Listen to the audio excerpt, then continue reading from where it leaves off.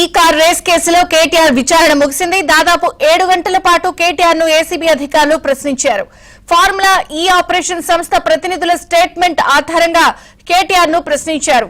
Formula ఈ కేసులో నిధుల మళ్లింపు, కేబినెట్ అనుమతి లేకుండా నిర్ణయాలు, సచివాలయం బిజినెస్ రూల్స్ ఉల్లంఘనకు సంబంధించి ఏసీబీ అధికారుల బృందం కేటీఆర్ ను ప్రశ్నించింది. కేటీఆర్ కు ఏసీబీ 60 ప్రశ్నలు సంధించింది. చాలా వాటికి ఆయన జవాబు దాటవేశారు. హెచ్ఎండిఏ నిధులను ఎఫ్ఈఓకు పంపినం, నా సొంత ఖాతా కాదు అని కేటీఆర్ అన్నట్లు తెలిసింది. తాను ఎక్కడా లబ్ధి పొందలేదన్నారు. అగ్రిమెంట్ల వ్యవహారం అంతా అధికారులు చూసుకున్నారని చెప్పారు. స్పాన్సర్ సంస్థ వెనక్కి తగ్గిన తరువాత ఎఫ్ఈఓ ఒత్తిడితో మరో స్పాన్సర్ ను వెతకలేకపోయామన్నారు. అందుకే హెచ్ఎండిఏ నిధుల ద్వారా ఫీజులు చెల్లించామన్నారు. నిబంధనల గురించి ప్రశ్నిస్తే సమాధానం దాటవేశారు కేటీఆర్. ఏసీబీ అధికారులు కేటీఆర్ ను విచారణ చేశారు. దాదాపుగా 60 ప్రశ్నలను సంధించినట్టుగా తెలుస్తోంది. ఇందులో చాలా ప్రశ్నలు ఆయన దాటవేశారన్నట్టుగా సమాచారం అందుతోంది. ప్రవీణ్ వివరాలు అందిస్తారు. ప్రవీణ్, ఫార్ములా ఈ కార్ రేసింగ్ కేసులో దాదాపు 7 గంటల పాటు మాజీ మంత్రి కేటీఆర్ ను విచారణ కొనసాగించారు ఏసీబీ అధికారులు. దాదాపు 60 ప్రశ్నలకు సంబంధించి కేటీఆర్ నుండి సమాచారాన్ని రాబట్టాలనేటువంటి ప్రయత్నం చేసినప్పటికీ కూడా కొన్ని ప్రశ్నలకైతే మాత్రం తాను దాటివేసేటువంటి సమాధానాలు చెప్పడం, మరోవైపు కొన్నింటికి మాత్రమే రిపీటెడ్ గా సేమ్ ఆన్సర్ చెప్పినట్లు మనకు సమాచారం అందుతుంది.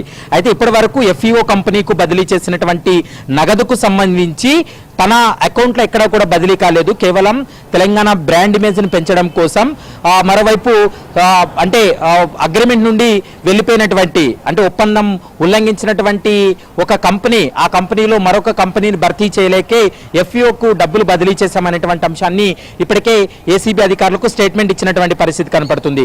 మరోవైపు ఇందులో త్రైపాక్షిక ఒప్పందానికి సంబంధించి కూడా ఈరోజు ఏసీబీ అధికారులు కేటీఆర్ నుండి కొంత సమాచారాన్ని రాబట్టినట్లు కూడా తెలుస్తుంది. ఏదైతే ఎఫ్ఈఓ కంపెనీ విదేశీ కంపెనీ అయినప్పటికీ కూడా ఆ కంపెనీ ఇక్కడ కార్ రేసింగ్ నిర్వహించాలి అనుకున్నప్పుడు ప్రభుత్వము మరోవైపు ఎఫ్ఈఓ కంపెనీని ఒప్పందం చేసుకోవచ్చు, మరోవైపు మరొక మూడో కంపెనీని ఎందుకు ఇన్వాల్వ్ చేశారనేటువంటి అంశానికి సంబంధించి కూడా పూర్తి స్థాయిలో ఏసీబీ అధికారులు ప్రశ్నించినటువంటి పరిస్థితి కనపడుతుంది. ఇందులో 6 అంశాలకు సంబంధించి కూడా కొంత క్లారిటీ తీసుకున్నట్లు మనకు సమాచారం అందుతుంది. ఎందుకంటే వీళ్ళు నిబంధనలు ఉల్లంఘించిన దాంట్లో 6 నిబంధనలు ఉల్లంఘించారనేటువంటి అంశాన్ని ఏసీబీ అధికారులు గుర్తించారు.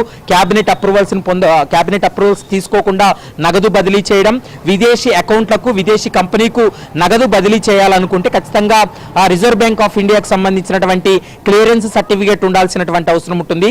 అలా కాకుండా ఇండియన్ ఓవర్సీస్ బ్యాంకు నుంచి దాదాపు 46 కోట్ల రూపాయల వరకు కూడా నగదు బదిలీ అయింది. కాబట్టి వాటికి సంబంధించి కూడా సుదీర్ఘంగా విచారణ జరిపినటువంటి పరిస్థితి కనపడుతుంది. ఇక హెచ్ఎండిఏ మాజీ చీఫ్ ఇంజనీర్ గా పనిచేసినటువంటి